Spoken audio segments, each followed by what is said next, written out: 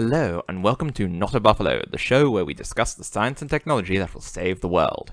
My name is Jack, living proof that the most effective way to disprove any conspiracy theory is to attempt to manage more than 3 people. So today I'm with Ben, who is 2 people. Ben, how are you? I'm very well, Jack, and I'm very glad you finally recognised the other side of me, my other person. How are you? I'm very well, and happy you're able to be open about your selves. Thank you very much. Jack, what do you think about tigers? I'm glad that your stories are animal based because my stories are also animal based. I like tigers. My story concerns the application to the Guinness Book of World Records to see if they've just done the largest ever wildlife survey. So it was a team in India, and they do a national census of tigers every 4 years. And tigers are really unhelpful because they like to sneak around, and so they can sneak up on their prey and eat them and actually have food. So it's very difficult. So in order to count the tigers, they needed 44,000 staff conducting 318,000 habitat surveys across 20 tiger-occupied states of India, which, just as a side note, makes it sound like the tigers have risen up and managed to occupy several states in India. It's great, now isn't putting them it? under tiger law. But yeah, they checked over 381,400 square kilometres, and what they found is that tiger numbers have gone up 6% to about 3,000 animals. It's still not masses, though, is it? Well, they are an apex predator, so I don't think there ever was a huge number, but considering you keep hearing in the news about the mass extinctions and everything, it's really good news that one of these kind of charismatic megafauna has gone up in numbers. What else I like is they used over 26... Well, they had cameras at over 26,700 locations, and they got 35 million photos of these tigers. That's a lot of photos to go through. Yeah. Like, they can retire just on, their tiger photography back catalogue now. That'd be great for training an AI, actually. Having that many photos of a tiger, you could totally train a neural net for that, using that. Maybe that's going to supplement the cost of it. They're going to sell all those photos to Amazon so that they can now recognise tigers in their facial recognition software. So anyway, yeah, that's my story, is that we're doing something to save the tigers, and India may have a Guinness World Record for largest wildlife survey. So two fairly cool things. But you said you had some animal-related stories as well. I do. I've told you how I feel about tigers. How do you feel about gay adoption? I'm all for it. Wonderful. Let's do it. You and I, we're going to do a cross-continental adopt a human or a tiger? Well, all we need is an egg. Can you elaborate?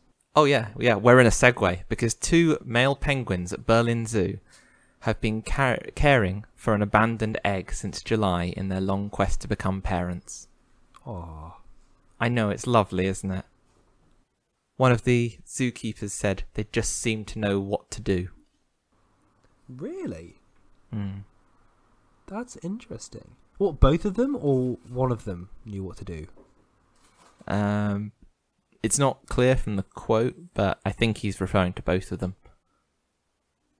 But I think it's really sweet. And my guess would be that they've been watching other penguins look after eggs.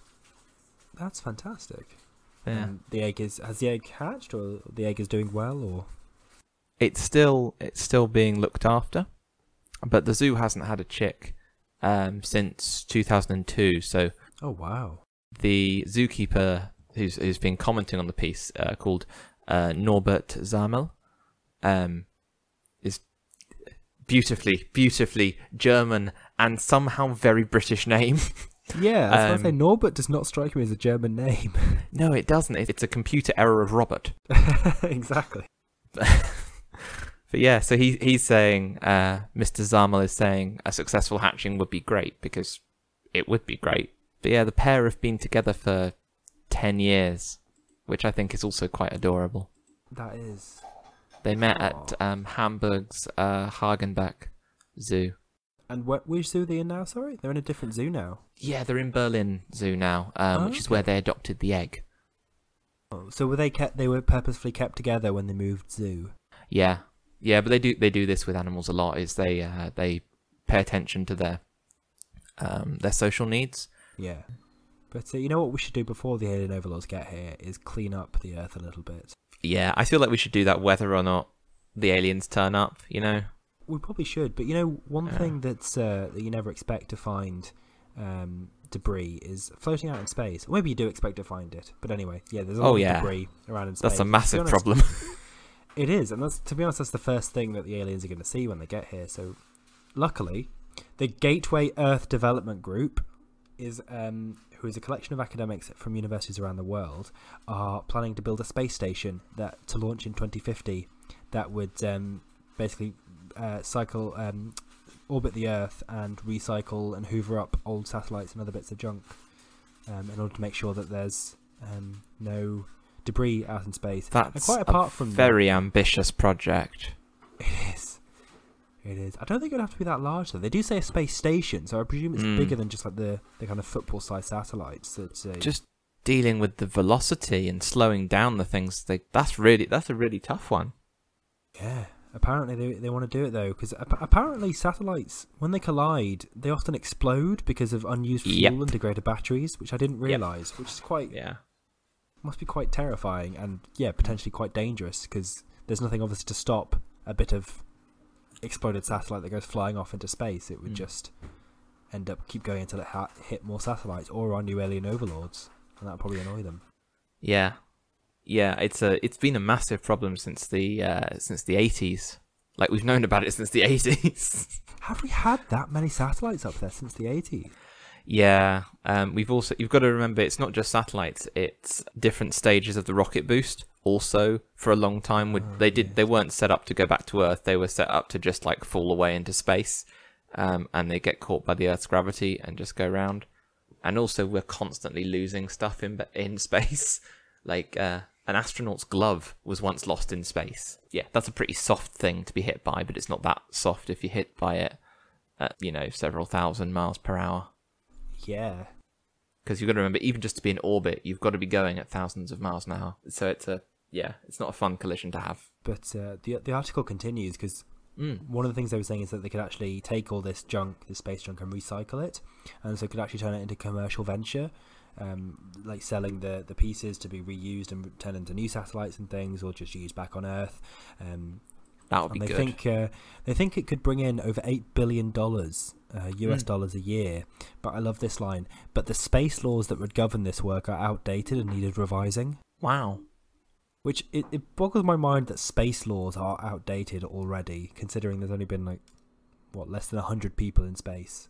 So yeah, that was my next story. Is they're gonna put a recycling station into it. It always boggles my mind that no one, or certainly no one, was listened to years ago when they said maybe we shouldn't start a precedent of just making things one use and disposable, because eventually things will get crowded and we're going to have to start cleaning it up, like for everything, plastics and disposable things there, and from space all the way down to your straws. Was it just commercials like, yeah, we know about that, but we're not going to think about it, it'll be the future generation's problem? Or is it just that no one actually thought about it? They always assumed there'd be enough space. It's kind of a combination of the two.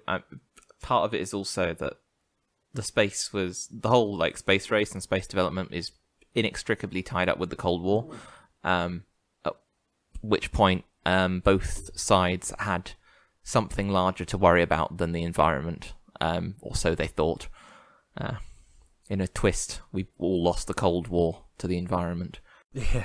I don't know how you spin that into a spy novel, but you'd just be Jean Le Carre, or John Le Carre. I don't want to say Jean. He wasn't Jean at all. I think it's Jean Le Carre, because his last letter is accented. Is it? Yeah, it's you got the cafe e on the end, La Café. Well, there you go. I got his name completely wrong. I'm sorry. Jean Le Carre. There you go. That's your correct name. Jean. The more French you sound, the more accurate it is. Okay. I thought he was English, but he is. Yeah. But is that just true for everything? No matter what you're saying, the more French you sound, the more accurate it is. It is completely true. I really wanted to try saying konnichiwa in a French accent, but I actually don't think I can. Konnichiwa. Well, there you have it. But let's move on. Where am I up to with my reading? I finished my Knights of Malta book, and I'm finishing off my final foundation book for Knights of nice. And then Yeah. I'm going to try and finish off Cultural Amnesia, because I put that to a side again. But I'm quite close to the end now, I think, so I might try and finish that off, and then who knows. I just finished book 76 of the year, which was. I think you should keep that in this. You should definitely keep that bit in the podcast, because it just shows off. You know what you're talking about. You've read everything. I haven't read everything by a long stretch, and also it's not like I only read business books or science books or whatever. Like the last book I read was Wishful Drinking by Carrie Fisher, or Princess Leia, as most people know her. But it's fantastic. It's based on a comedy show that she did, a stand-up routine that she started doing because she had lost a bunch of her memories through convulsive therapy. Did they try and give her that to cure her of drug addiction? I think it's kind of vague from the book, but I think she actually volunteered and asked for it. Wow. Okay. Yeah. But it's a hilarious book. It's very dark in places, but it's amazing. I really recommend it. Okay. Nice. I also recommend A Dream About Lightning Bugs by Ben Folds. I've heard the name Ben Folds. Why have I heard the name Ben Folds? He's a musician. He's kind of popular with people like Frank Turner as well. Like, he's that kind of slightly outside the norm of rock genre. Yeah, that was really good. And the Little Book of Hugo was also really good. I'm just looking at the ones that I read this week. There you have it, listeners. Jack is a reading machine, and if you ever need any book recommendations, I'd highly recommend you ask us on Twitter or Facebook. Probably not Facebook. We don't really use Facebook, but Twitter definitely. No, I have a rating system, so in due course I will probably publish my reading list somewhere. Actually, I think I sent this to you. One of the founders of Stripe, the Collison brothers, has a reading list on his website, which everyone reads because he's a billionaire at 29 or whatever he is. Did send me this, and he's got a really cool website as well. I remember thinking, oh yeah, we're in a tangent, aren't we? We've been in a tangent for about 20 minutes, I'd say. Not that long. Well, it's my turn to edit, so I'm sure we'll be fine. I'm going to be interested to see how much you actually cut out of this. One thing that did make the cut, see what I did there, listener? Listeners, plural, is my story I found about a human-sized penguin fossil that was discovered in New Zealand. See how I've got a theme here going on. Did you just look at Penguin Daily or something? Maybe. Yeah, so this giant penguin was about 1.6 meters tall. That's 160 centimeters, which it's tall for a penguin. It's short for a human, but it's still human sized, and weighed about 80 kilograms, which is about 12 stone, which is a reasonable weight for a human being.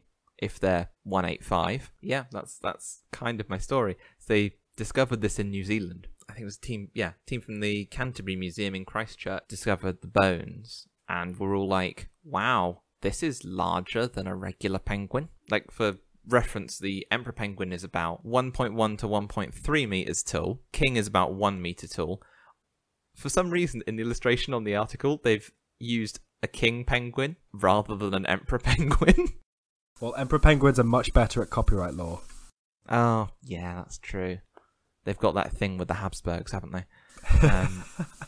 Yeah, this enormous penguin, believed to have rapidly evolved 66 million to 56 million years ago, which, for those of you who are up on your prehistory, that's when dinosaurs vanished.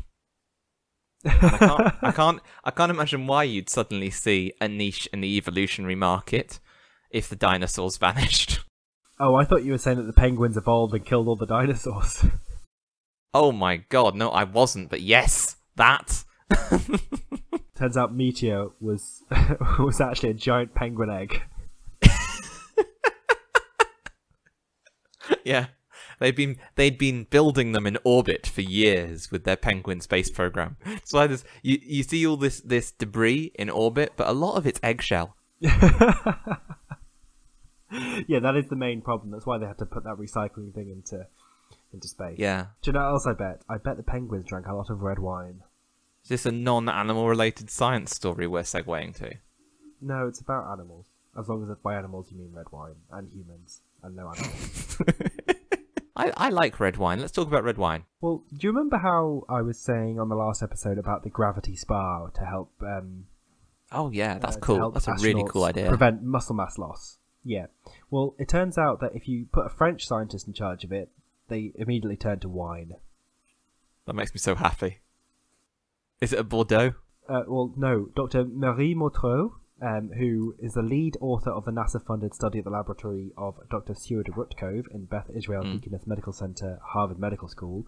I should point out, I don't know if Dr. Marie Morteau is actually French, but she has a French name.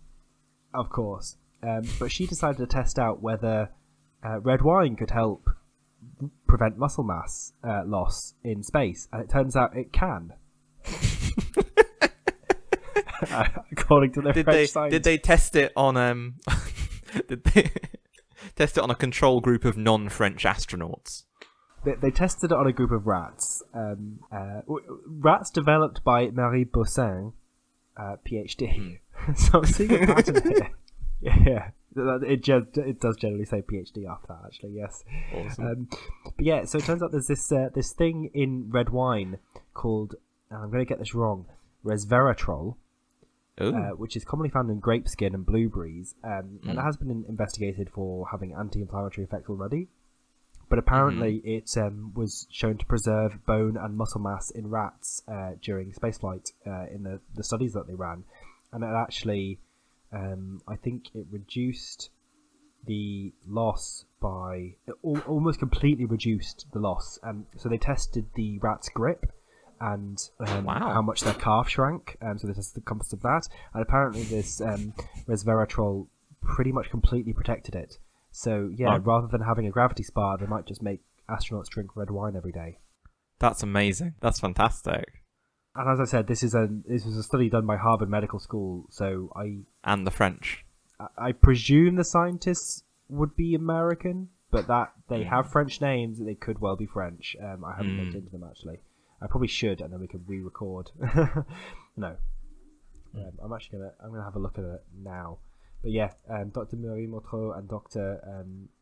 Boussin. Pretty good. I just love the idea that. There's like, how do you think we should deal with this? And she just went, with red wine, of course. How else? It's our answer to all life problems. Gotta get those tannins in.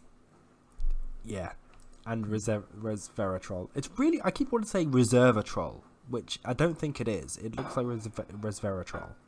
Do you have any more stories? I don't. That was my final story about, which I just thought was a great one to land on. So yeah, astronauts could well be given... Hopefully red wine and not just grapes, because the grapes would be boring, or like a grape substitute. I don't know what space wine would be like, but hopefully they will get some nice red wine to keep them company on their trips to Mars and wherever else they may go in the future. Red wine for the red planet. I like it. Exactly.